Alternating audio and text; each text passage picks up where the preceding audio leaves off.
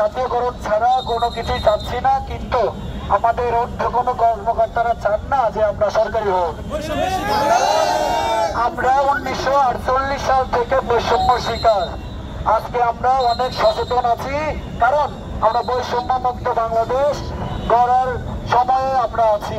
এই জন্য আমাদের হয়তো সরকারি করতে হবে, না হলে বাংলাদেশ থেকে আনসার বাহিনী নামক বিলুপ্ত করতে হবে। আনসার বাহিনী নামের কোনো বাহিনী থাকবে না, কারণ কোনো ডিপার্টমেন্টে নাই, বাংলাদেশে কোনো ডিপার্টমেন্টে নাই 3 বছরের চুক্তিভিত্তিক। আমরা অস্ত্রধারী হওয়ার পর কেন বৈষম্যের